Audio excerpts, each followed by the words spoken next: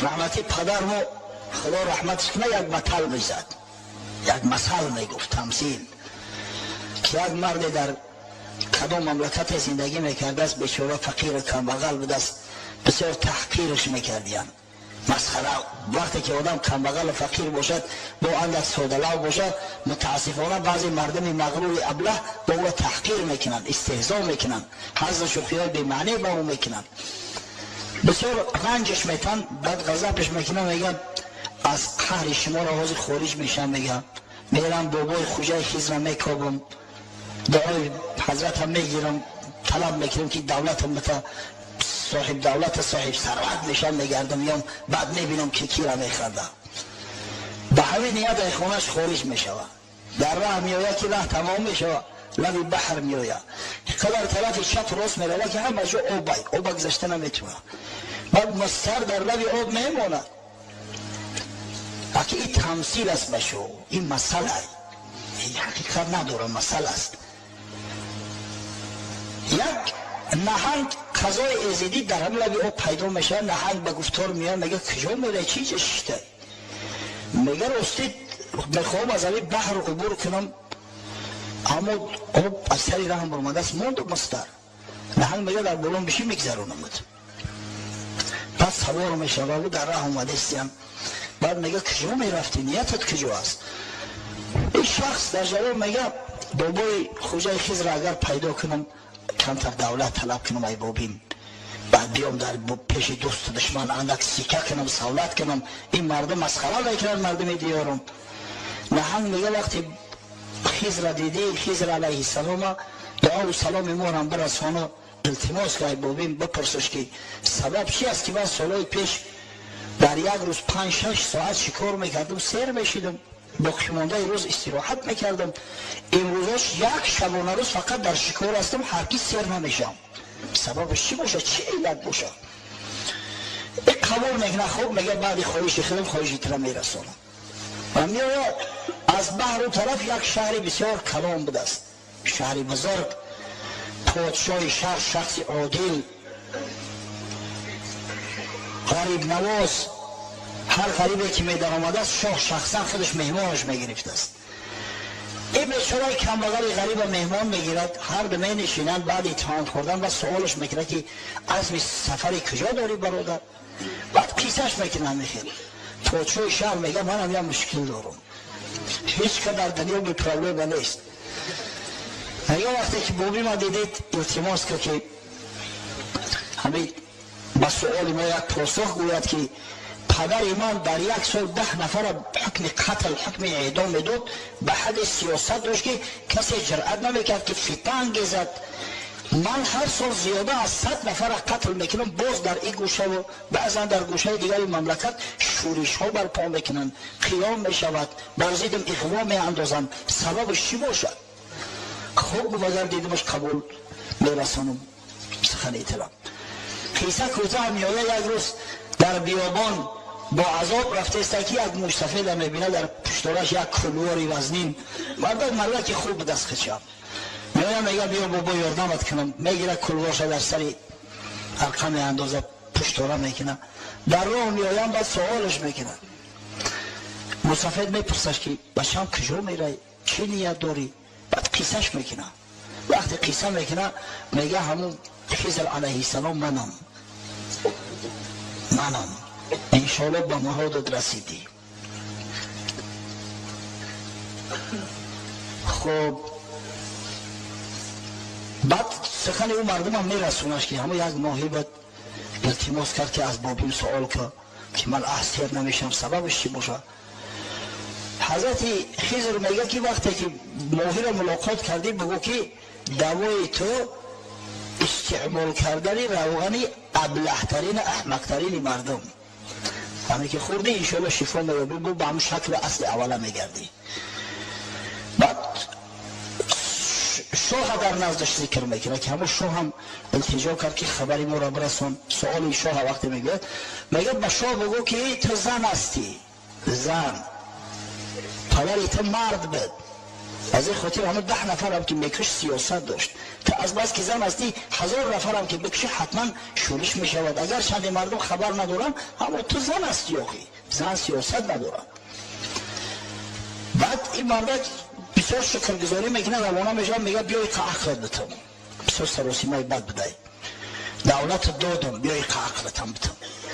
میگه بابی ما عقل خود محول همه زیادی کرده است، ای بسیاری عقل به همه حال غلطی بگیرم تامی دولتم بته ایشون عقلم کافی است بس است بس آدم میکنه. گفته مردد همه عقل پیشتوی دولت بیو کمتر عقل تم بتم که همه دولت هم محافظت کنی. گفته بابی تامی دولتم بته ای زیاد ایت طلب ندارم. خیلی گفت دولت داد آمد به شهری همون ملکه در آمد. بعد در خیلات قبولش کرد، اول پرسیش کرد که دیدی بابی ما؟ گفت دیدم. پرسیدش گفت بله چی گفت؟ گفت بابی میگه که تو زن هستی اما خاطر سیاست نداری. ملکه گفت با این زن بدن ما را کسی نمیدونست. پدرم از بس که پسر نداشت تمام دایه و تمام خدمتگارا رو همه را نیست نابود کرد، همچه پسر مرا کلام کرده است هیچ که نمیدونه. اگه تو آگاه شدی به اذن پروردگار بیا که گفت تو را نکاح میکنم میگیرم همین دولت سالت همه ای تو پادشاه یعنی مملکت اعلانت میکنم.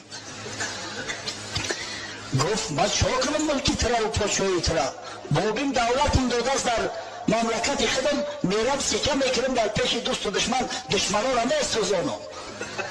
گفت اخی این مردی به عقل با تو پادشاه بشه بعد بخواه مملکتت بریم اخی در موکب در کوکب پادشاهی برای برات بهتر نیسته؟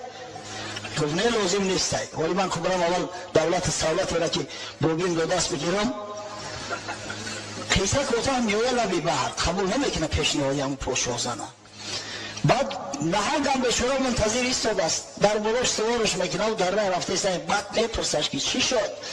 بعد این مردی ابله به عقل قیصه پادشاه را میکنه یا برا که گذشته من خیلی یک زن التماس کرد و در آخر بعد میگه که بابیم گفت که احمقترین مرد اگر خوردی به همون اصل اولا میشه. این نهنگ اندیشه میکنه آخی من در دریا باشم این مردم در روی خاک باشم ایده به عقلتر اولا که جا میامد.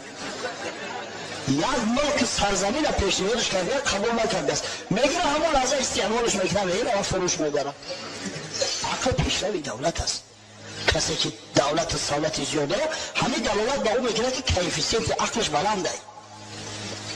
خب عبدالرحمن ابن عوف رضی الله عنه از ثروتمندترین اصحاب پیامبر صلی الله علیه و سلم است. عقل فراستش هم بسیار بلند بود. از این خاطر به شیخین مراجعت کرد به حضرت علی و حضرت عثمان. گفت ایوکما تبرأ من هذا الامر فنجعله الیه. کدام شما گفت از خلافت دست بکشه تا اینکه انتخابی اختیار انتخاب کردن در دستش بتید. هر کدام که به اختیار خود از خلافت دست بکشه همه اختیار انتخاب در دستش بتید، کسی را بخواه انتخاب کنه. هر دو میگه سکوت کردن، هم حضرت عثمان و هم حضرت علی، هر دوان فضیلت های بی‌نهایت زیاد دارن. بعد باز گفت افتجعلونه الیه، او گفت مرا انتخاب میکنه نباشه، مرا انتخاب کنه که من یک نفر شما را به خلافت نامزد اختیار کنم. فالله علی الله آلو ان افضلکم، قسم به خدا گفت خدا شاهد است که من تمام سعی و کوشش ما به خرج میدهم تا اینکه بهترین شما را انتخاب کنم. قال نعم، گفتن آره بله ما قبول داریم. حضرت اول دستی حضرت علی را در دستش گرفت، گفت لک قرابت من رسول الله صلی الله علیه و سلم والقدم فی الاسلام ما قد علمت. گفت حقیقتا تو خیش تبار نزدیک پیامبر صلی الله علیه و سلم هستی، تو قدم در اسلام داری، تو از مسلمانای اول هستی، تو از خدمتگارای رسول الله صلی الله علیه و سلم هستی، تو پرچم بردار اسلام هستی، شرف مسلمان ها هستی. فالله علیک لئن امرتک لتعدلن ولئن امرت عثمان لتسمعن و لتطیعن. گفت خدا را شاهد بگی، شاهد بگی، قسم به خدا یاد کن که اگر من تو امیر تعیین کنم، امیر مسلمانان، با عدل رفتار کنی، عادل باشی. و اگر بالفرض حضرت عثمان اختیار کردم، حضرت عثمان امیر تعیین کردم، تو گوش دهی و اطاعت کنی. حضرت علی سوگند یاد کرد، بعد دست حضرت عثمان گرفت و همین سخنان را به حضرت عثمان رساند. واقعا حضرت عثمان هم خیش نزدیک رسول الله صلی الله علیه و سلم است. اگر ما دامادیش صرف نظر کنیم، حضرت علی یک بار داماد باشه، حضرت عثمان دو بار داماد شدگی، دو بار داماد شدگی. در ابتدا رقیه دخترش حضرت رسول الله به کابه نکاحش در آورد. بعدا وقتی که در سال دوم هجرت هنگام واقعه بدر رقیه رضی الله عنها از دنیا گذشت، دختر دومش کلثوم به حضرت عثمان بزنی داد. حتی وقتی که کلثوم از دنیا رفت، حضرت صلی الله علیه و سلم گفت یا عثمان دیگر دختری به شوهر ندارم و اینو میداد اومد. ذوالنورین حضرت عثمان. از طرف دیگر عثمان هم از طرف پدری و هم از طرف مادری با رسول الله صلی الله علیه و سلم خویش است. عثمان ابن عفان ابن ابی العاص ابن امیه ابن عبدالشمس ابن عبدمناف. در عبدمناف یک میشوند. حضرت رسول الله محمد ابن عبدالله ابن عبدالمطلب ابن هاشم ابن عبدمناف. ببینید در چهارم پیوند علاقه یجوره میشوند، در چهارم پیوند. از جانب مادریش هم، مادری حضرت عثمان هم در چهارم زانوی چهارم بگیم پیوند چهارم علاقه با رسول الله خیش میشوند. از طرف دیگر مامای حضرت عثمان، مامای مادریش، مادرش ام حکیم امی رسول الله صلی الله علیه و سلم. ام حکیم یعنی مامای حضرت عثمان و عبدالله پدر رسول الله صلی الله علیه و سلم برادر خواهر شقیقه هم، از یک پدر یک مادر هم. ببینه چقدر قرابت نزدیکی داره. از این خاطر حضرت عثمان هم گفت که تو قرابت داری به پیامبر، تو قدم در اسلام داری، از مسلمانای دوره اول هستی. حضرت عثمان از همون مسلمانای زمره اول از پنجم یا ششم شخصی است که اسلام آورده است. ولی انشاءالله در ضمن ترجمه حالش بعد را بیان میکنیم. از این خاطر گفت تو قسم یاد کن که اگر من تو را امیر تعیین کردم به عدل رفتار میکنی و اگر بالفرض حضرت علی را امیر تعیین کردم و با او بیعت کردم اطاعت بکنی. حضرت عثمان هم این قسم را به زبان راند. فلما اخذ المیثاق، حضرت عبدالرحمن میثاق وقت گرفت، قال ارفع یدک یا عثمان، گوه عثمان دست بردار. فبایعه و با حضرت عثمان بیعت کرد. حضرت عبدالرحمن بن عوف گفتیم که بسیار زیرک بود، کردان بود. در همون روزها تمام سرورای قبایل عرب همه آمده بودند. همه سردارای قبیله ها، سرلشکرها کی خلیفه مسلمانان میشود گویان آمده و در مدینه میزیستند. با اکثر مردم صحبت کرد، احوال پرسی کرد که شما کی را اختیار دارید، کی را میخواهید که خلیفه تعیین شود. دید که در بینشون قریب که برابری است، اونقدر اختلافی نیست، اونقدر ضدیتی نیست. بعضی کتابان متاسفانه خطا گفتند. حتی دیدیم در البدایه و النهایه ابن کثیر، علامه بزرگ ابن کثیر میگه که گویا که غیر از عمار ابن یاسر و مقداد ابن اسود کسی طرفدار حضرت علی نبود. اما این دروغ محض است، زیرا که وقتی مأخذا را میبینیم حتی میبینیم که اکثر طرفدار حضرت علی بودند. اما وقتی که بیعت شد با شرط با قید، حضرت علی دیگه شخصی بود که با عثمان بیعت کرد. بعد عبدالرحمن ابن عوف عثمان رضی الله عنه حضرت علی بیعت کرده است. فراموش نکنید برادر عزیز، دیگه شخصی که با عثمان بیعت کرده است. این روز این فتنه‌گرای ملعون ببینید چه تهمت‌هایی میزنند. گویا علی مظلوم بود، گویا خلافت از او بازل ستاندن، بازل میستاندن، بیعت نکرد، هرگز بیعت نمیکرد. حتی سفسطه ها میگن که گویا که علی از جانش میترسید،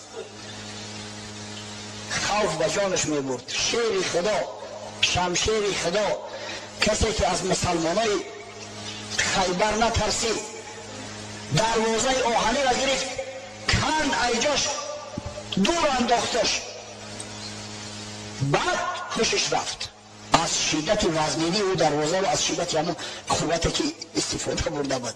شخصی که از هیچ کس غیر خدا ذره سری ترس نداشت، گویا که ترسیده باشه از جانش بیعت کرده باشه. این سفسطه ها را یستمونه برادرای عزیز. چند گوی مرتضی مظلوم بود، از سیاست راندن محروم بود. چون علی شیر حق است تاج سر، ظلم نتوان کرد با شیر ای پسر. ای بنامه داره که بگویم مصطفی حضرت مرتضی علی مرتضی مظلوم بود، محروم بود. علی شیر خدا است، پیغمبر شیر خداش گفته است با شیر ظلم کرده بشه. کی با شیر ظلم میکنه؟ روبه ها میتونه که با شیر ظلم کنه.